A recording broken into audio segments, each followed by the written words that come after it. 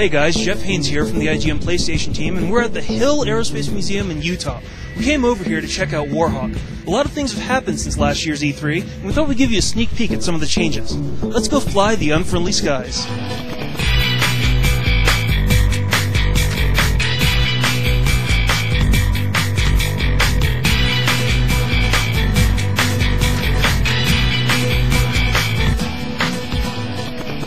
Warhawk, since its inception, being just a flight-only game, people want more. They want the freedom to do whatever they want to do in-game. We didn't design Warhawk initially for the 6-axis controller. We knew Sony was going to do something special with the controller, but in the early days, we weren't sure really what it was. It's very pick up and play.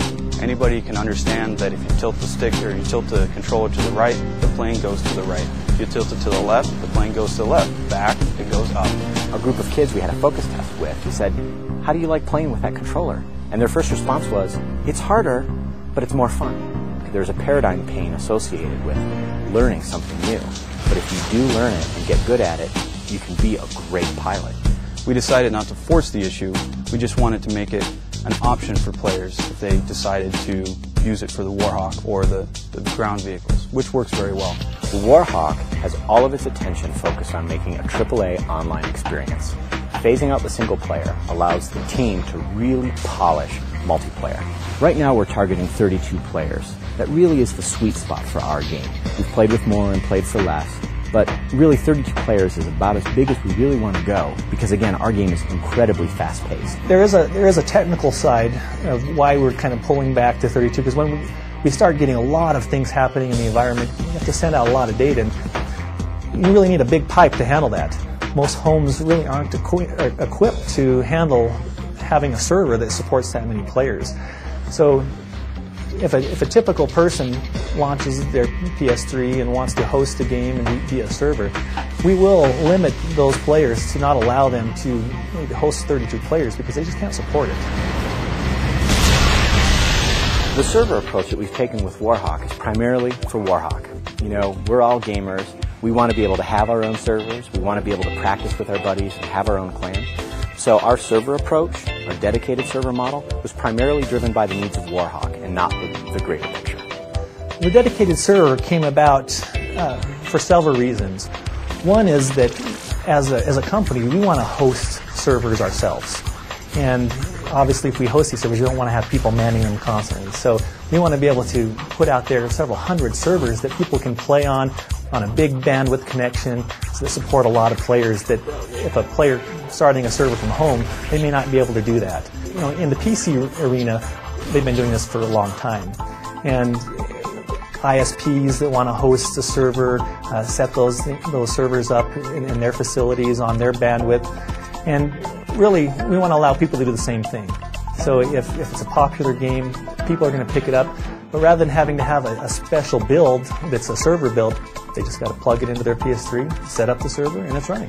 One interesting and good side effect of kind of making a decision to go multiplayer is that we have a pool of assets, of other vehicles, of other towns, of other things that we can pull from and actually use to offer as, you know, if Sony wants it, if it's accessible, expansion packs.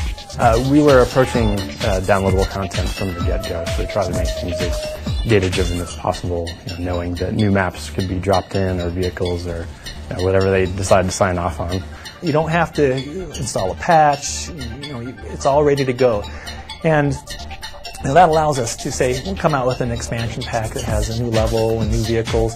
Not only that, it's built all the way through our system so that our statistics, which we're gathering for each player, will take that into account. So now you can see how many times you've run over somebody with this new vehicle or killed somebody with this new vehicle, or how long you've been driving it.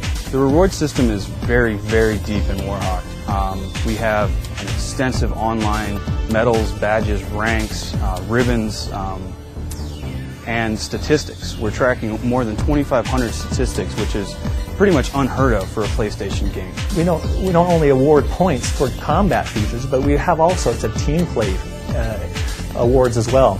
So if I spend the time to defend my base, or spend the time to kill people that are trying to attack or expanding my territory influence, I get points for that. And so I can increase my personal ranking, get awards, get medals, just for a solely defensive or a solely team play type of game. The game modes in Warhawk are pretty easy to pick up and play. People have played these game modes ever since multiplayer was around. We've tried to focus across the board so that all of our levels and all of the maps support all the different game modes. We have the basic ones like Deathmatch and Team Deathmatch where you just kill everybody. Then we have the more advanced modes like Capture the Flag, which everybody knows Capture the Flag, but it does take a little bit more teamwork, which is where some of the voice over IP comes in handy, and multiple slots in vehicles, driving the guy that's got the flag around, defending him.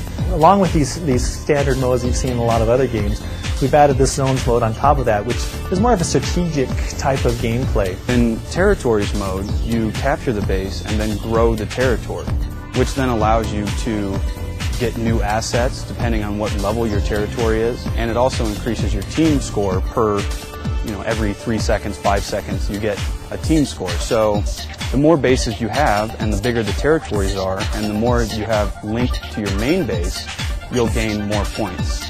We've received great feedback about how the game plays online, and single player just really wasn't up to par. And we owe it to the players to not force them to buy something that's not good enough. They deserve better. So having multiplayer really strong and polished, that's what we're going for.